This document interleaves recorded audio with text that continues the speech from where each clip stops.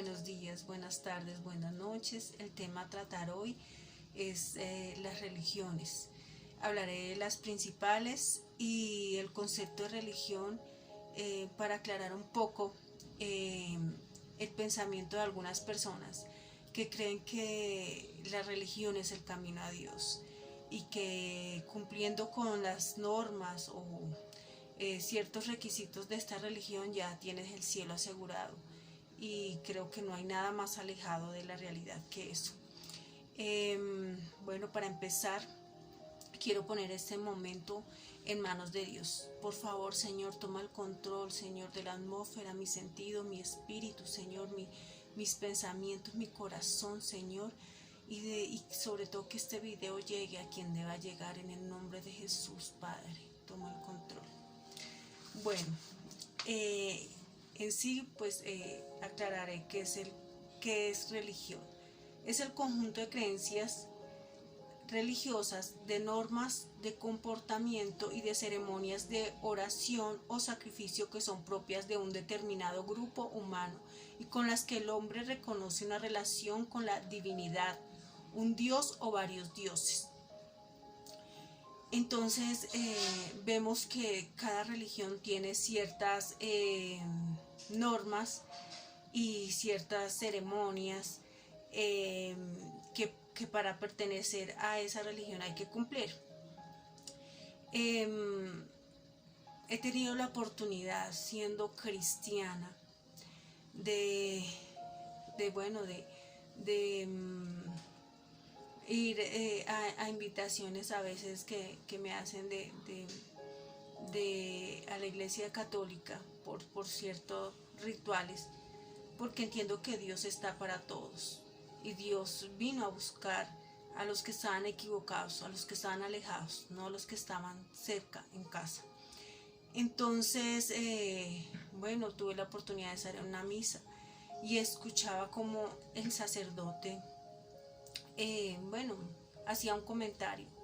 En realidad, pues no sé si era con el objetivo de ofender, pero él decía: los protestantes odian a María, y los que odian a María y odian la Iglesia Católica. Eso es totalmente falso. El hecho de que yo diga la verdad no quiere decir que yo odie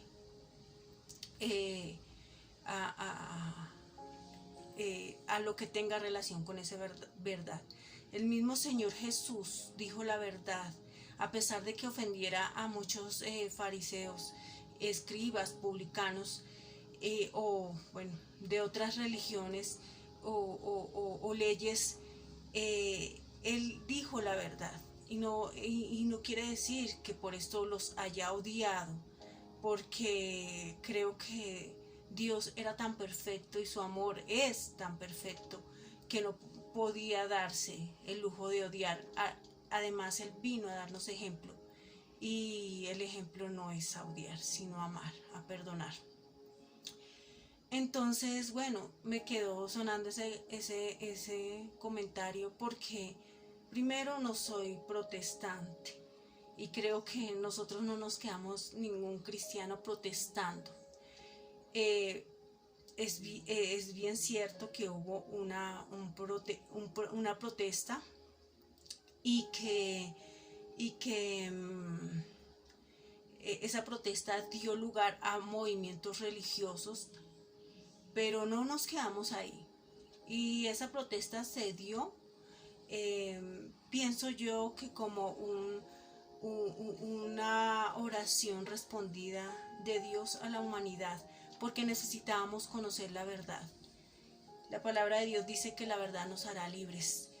Y bueno, quiero narrar esa parte del protestantismo, que no es que los cristianos hayamos sido originados ahí, ni hayamos nacido ahí. En realidad el cristianismo nació con Jesucristo. Pero en este momento voy a explicar lo que es el protestantismo. Hablaré de estas religiones y me enfocaré en la religión católica y en el cristianismo, porque son las que conozco más y porque he sido llamada a hablar la verdad. No me puedo dar el lujo de odiar a nadie, porque el solo hecho de odiar y mantener ese odio da lugar al demonio, entonces sería totalmente contradictorio. Me tomé el trabajo de investigar qué es el protestantismo, pues ya lo sabía, pero digamos investigarlo para explicarlo. Se conoce como Reforma Protestante al movimiento religioso dentro del cristianismo iniciado en el siglo XVI por un monje alemán, Martín Lutero. ¿Quién era Martín Lutero? Entonces, Martín Lutero era un monje católico agustino. Quiero aclarar eso y hacer énfasis en eso. Martín Lutero perteneció a la Iglesia Católica. Estando allí, pudo leer la Biblia. También quiero aclarar que no todos tenían acceso a ese libro. Era muy limitado su uso, o sea, solamente se les permitía al clero, digámoslo así, tener ese libro y leerlo. Era prohibido. Busquen en la historia y se darán cuenta de que no les estoy mintiendo. Pero él tenía acceso por ser monje. Y pues se pudo dar cuenta de la verdad de Cristo. Se pudo dar cuenta al leer la Biblia de que habían cosas que no encajaban con lo que se hacía en la religión católica. Entonces, escandalizado por el bochornoso espectáculo de las ventas de indulgencias por parte de la Iglesia Católica, él clavó en la iglesia de Wittenberg 95 tesis a modo de crítica, unas proposiciones con el fin de reformar un aspecto turbio de la Iglesia Católica, que eran las indulgencias. ¿Qué eran las indulgencias? ¿En qué consistían? Bueno, las indulgencias eran como una especie de compra de favores que se hacían a la iglesia y disminuían el tiempo en el purgatorio. Obviamente para esto también se creó, la falsa doctrina del purgatorio, porque no es bíblica. Entonces tenían que pues hacer una coartada y pues estas eran las indulgencias. Mientras más costaba la indulgencia, que era un papelito que les entregaban donde estaba escrito todo esto, menos tiempo pasaban en el purgatorio supuestamente los seres queridos. Entonces este era un negocio grande que tenían ellos. No ha sido el único. Y esto pues no tenía ningún costo. Lo que costaba era el papel. Y Lutero se da cuenta de esto, de que no hay nada que compre el favor de Dios más que lo que tú puedas hacer aquí en la tierra con tu vida. También se dio cuenta de que la redención es gratuita, de que no hay condiciones, solo tienes que creer, arrepentirte y creer. Y al ver eso, de que Jesús dio su vida por nosotros, y ver que no nos pidió nada a cambio para hacerlo, se indignó y publicó las 95 tesis.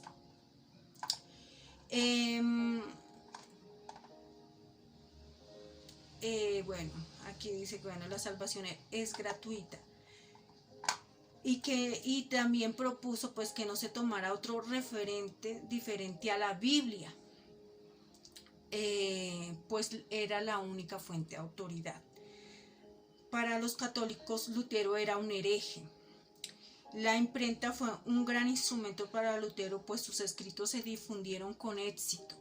Entonces él pudo publicar, se publicaron mayor cantidad de todas las tesis que él hizo, que era como una protesta, efectivamente. A partir de este acto valiente de Martín Lutero, porque en ese tiempo cualquier desacuerdo con la Iglesia Católica representaba bien sea el destierro la muerte, persecución. Entonces, nacieron movimientos religiosos a partir de ese momento. Y hay unos que se hicieron llamar luteranos, calvinistas o reformados, anabaptistas y anglicanos. Estos movimientos nacieron principalmente en Europa. Estos movimientos dieron origen a la iglesia bautista, presbiteriana y pentecostalista, y el movimiento carismático, que lo que entiendo es que es un movimiento que sale de la Iglesia Católica, y pues se tiene otras vertientes, otras creencias donde de pronto creen más en el Espíritu Santo, en el mover del Espíritu Santo. Nosotros los cristianos no nacimos de ahí, ya había un evangelio esparcido, ya había movimientos, mas sin embargo con Martín Lutero surge como esa fractura de la Iglesia Católica, donde muchos cogen otros rumbos al ver que no estaba bien lo que ellos estaban haciendo, lo que se está imponiendo, y el pago de las indulgencias y otras creencias erróneas que no son para nada bíblicas. Si no, pues hubiera sido en vano la misión de los apóstoles. Ellos fueron misioneros, ellos esparcieron el evangelio. Entonces ya se venía con ese movimiento de fe, que es el evangelio cristiano, ¿no? El evangelio que nace con Jesucristo. Entonces no tiene sentido que se nos diga protestantes, ni hermanos separados, ni nada de esto, porque el mismo Señor Jesús dijo: ¿quiénes son mi madre y mis hermanos? Todos aquellos que hagan la voluntad del Padre. Entonces, si nosotros creemos en Dios, somos hermanos, creemos en el mismo Dios, en el Dios de la Biblia. Si no, tú estás en un camino y yo estoy en otro. Nada nos une, porque no nos une la fe. Nos une tal vez la misericordia y el amor de Dios, pero hasta cierto límite. Si no te arrepientes y crees en el único y Dios verdadero, no habrá religión ni movimiento que te salve.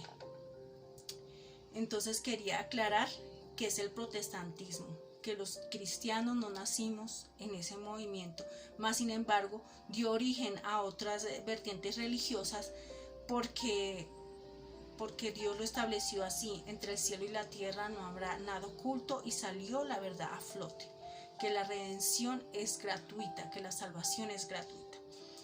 Eso surgió con el protestantismo. También escuché un video de alguien, tal vez, a veces no tenemos, por ahí dicen que la ignorancia es atrevida, a veces no tenemos la responsabilidad de publicar en nuestras redes o en nuestros medios para expresarnos algo de lo que nosotros sepamos, conozcamos y entendamos para transmitirlo a otros, sino que simplemente vamos subiendo o van personas subiendo cosas que de manera irresponsable pueden hacer daño a otras personas y ayudar a caer. La palabra de Dios dice que es imposible que no haya el tropiezo, pero hay de quien viene el tropiezo. O sea, hay una responsabilidad muy grande. Si tú no quieres creer en el Dios de la Biblia, no es obligación que lo hagas, pero no lleves a otros en ese camino errado, porque la religión nos salva. Entonces vi un video totalmente erróneo y negativo, donde decía que somos la Iglesia de Cristo por unas razones totalmente absurdas y falsas.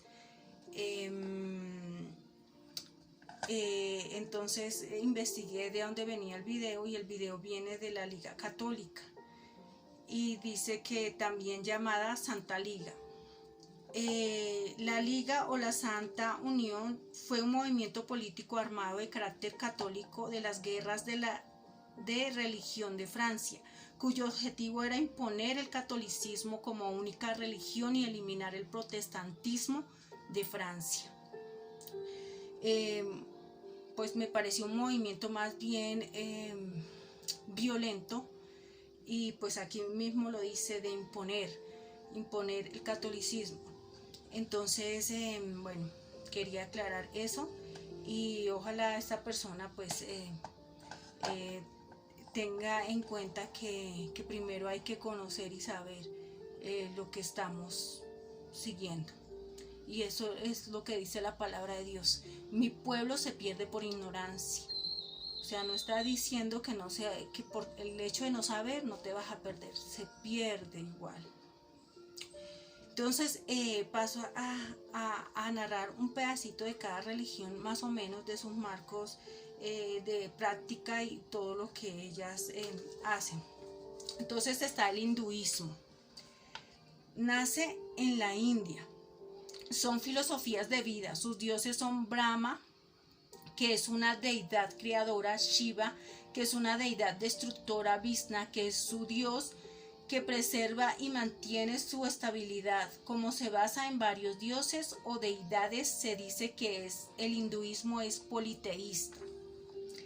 Practican la metafísica, creen en la reencarnación, practican el yoga con el fin de obtener una salvación espiritual, creen en el karma, en las acciones y consecuencias de algo.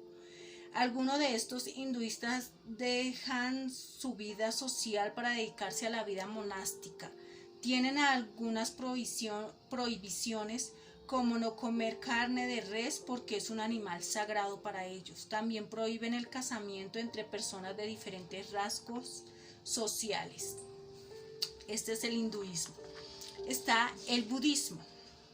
Nace en la India, pero su mayor número de seguidores están en China. Se considera como una doctrina filosófica y espiritual no teísta, o sea, no creen en la existencia de ningún dios, pero sí en el camino hacia la iluminación. Ellos se rigen por las enseñanzas del Buda, Siddhartha Gautama, el iluminado para ellos. Su libro más antiguo es el Canon. La religión budista se centra en algún objeto, imagen o lugar sagrado. Son muy comunes las imágenes de Buda. Sus cánticos son comunes en todas sus tradiciones para memorizar y transmitir sus enseñanzas de generación en generación. Está el judaísmo. Son monoteístas, especialmente es una religión del Oriente Medio, de las primeras religiones del mundo. Su enseñanza se basa principalmente en la Torá. La Torá son los 5 primeros libros de la Biblia. Su libro sagrado es la Tana, que se compone por la ley, los profetas y los libros poéticos. Para los judíos el Nuevo Testamento no existe. Para ellos Jesús fue un profeta y que su muerte fue por pretender ser divino. Creen en la resurrección de los muertos y la llegada del Mesías. Practican la circuncisión a los niños varones al 8º día de su nacimiento. También el Bar Mitzvah es una celebración judía de la mayoría de edad religiosa, equivalente a la confirmación católica, que tiene lugar cuando los niños cumplen 13 años. Es un día muy importante para los judíos. Las fiestas que se celebran son el día de Año Nuevo, la fiesta de Yom Kippur, significa día de expiación. El Yom Kippur es el día más sagrado del calendario judío y marca un momento de expiación a través del ayuno y la oración. También se traduce como el día del perdón. Sabbat, que es el día del descanso. La Pascua, que es la celebración de la salida del pueblo Israel de Egipto, y las fiestas de los tabernáculos, que es la llegada del pueblo de Israel a la tierra prometida. Cabe pues mencionar que pues hay más celebraciones dentro de la religión judía. Y también quería aclarar, hay leyes y mandamientos y costumbres de los judíos que aún siguen vigentes. Es de las religiones más antiguas, como lo decía, porque fue instaurada por el mismo Dios. Ellos fueron visitados por el mismo Jesús y fueron instruidos por el mismo Dios a través de Moisés. Entonces las leyes de Moisés, o sea, que Dios puso por medio de Moisés, están vigentes. Se ha tomado como que el Antiguo Testamento ya no está vigente, como que el Antiguo Testamento ya no tiene práctica, porque ya la palabra antiguo hace pensar como que ya es desechado, y no, la palabra antiguo significa que tiene mucho tiempo, mas no está desechado para Dios, porque trasciende, y hay leyes sempiternas que son para toda la vida mientras el mundo dure. Entonces los mandamientos están dentro de eso, y hay muchas costumbres y leyes judías que Dios quiere que sigamos practicando. Y bueno, estas hacen parte de sus celebraciones que me parecen hasta bonitas. Está también el islamismo o musulmán. Es monoteísta. Islam significa sumisión a la voluntad de Alá. El fundador del Islam fue Mahoma, pero su verdadero nombre es Muhammad. Sus seguidores lo adoran como un profeta. Su libro sagrado es el Corán, pero también aceptan la Torá del judaísmo, el Pentateuco del cristianismo, los salmos y los evangelios. Es una religión que permite la poligamia si el hombre tiene la capacidad para mantener a aquellas mujeres.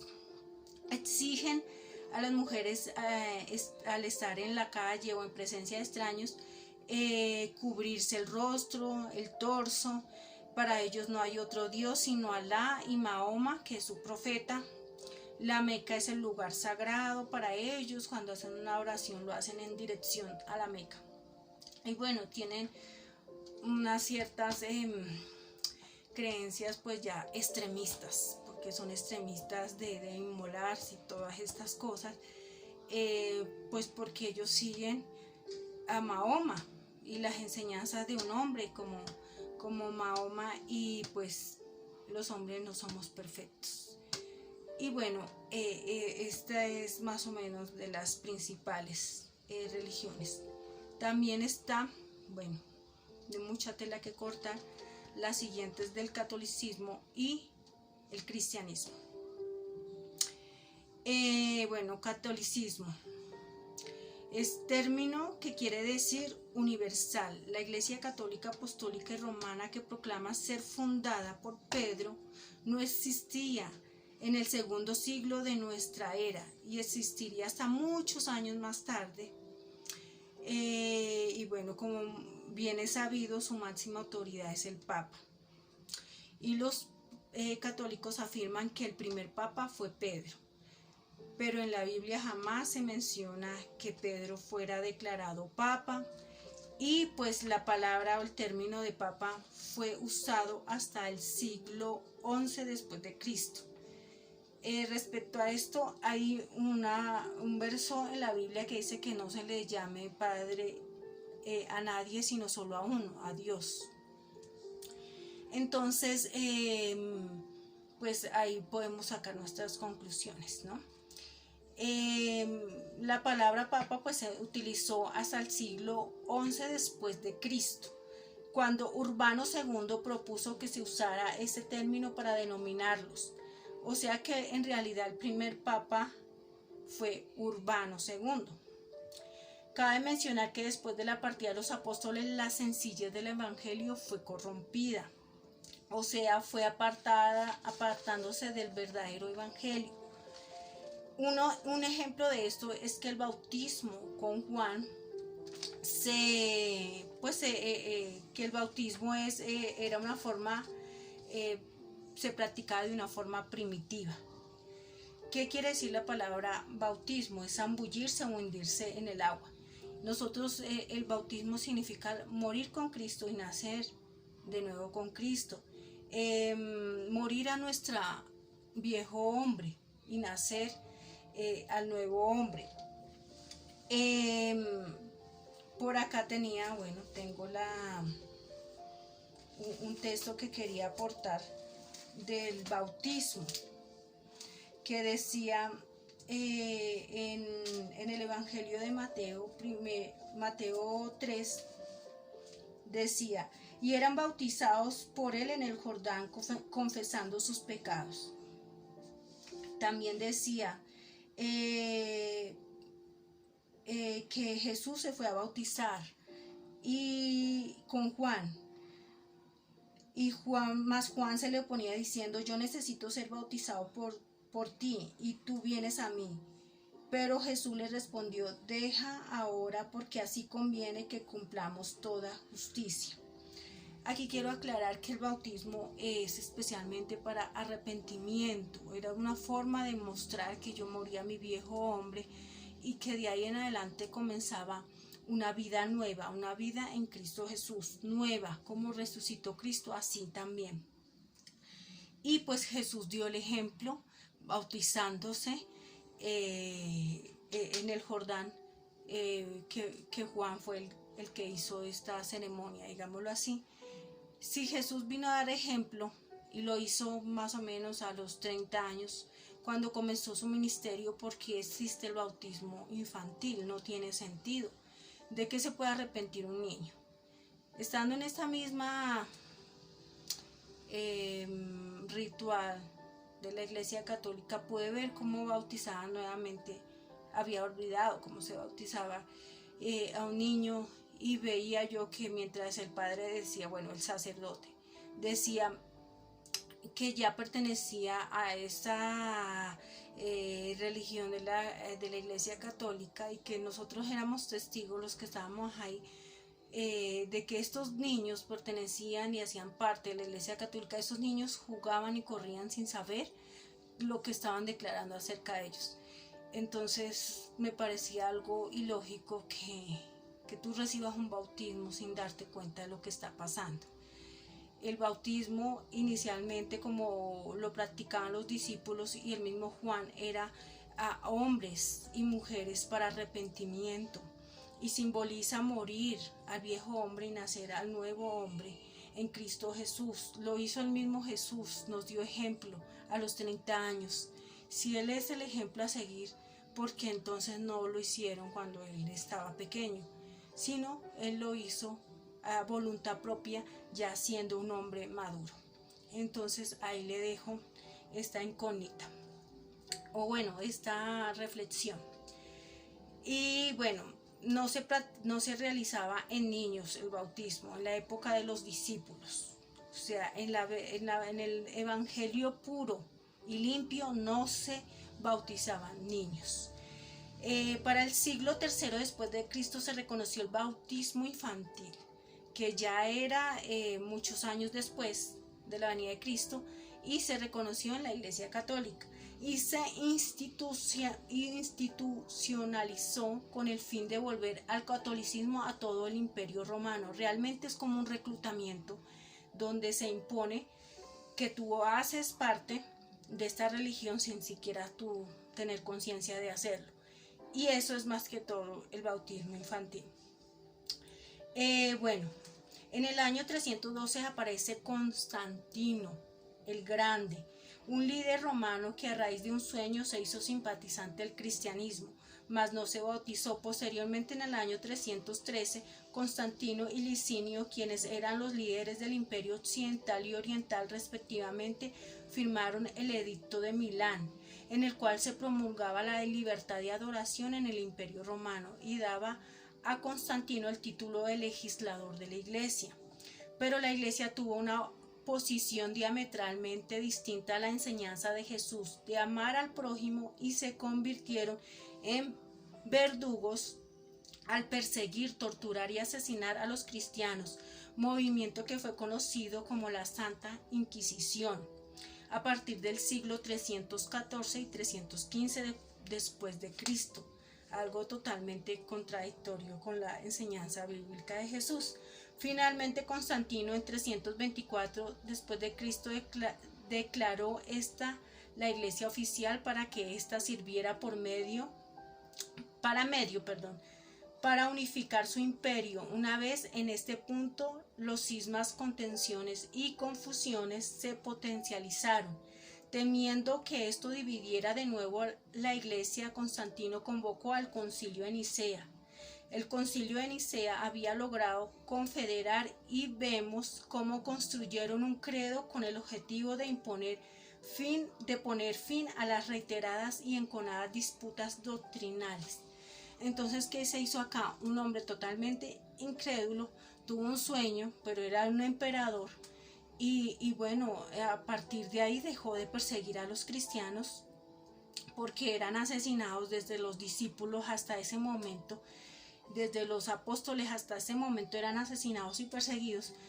Y entonces él por medio de este sueño pues dijo, no, pues no veo nada malo en el cristianismo, unifiquemos esas creencias, y se mezcla un poco la iglesia católica con la fe cristiana y realmente, como lo dice, porque es una iglesia católica y romana, y finalmente con algunas creencias de Roma.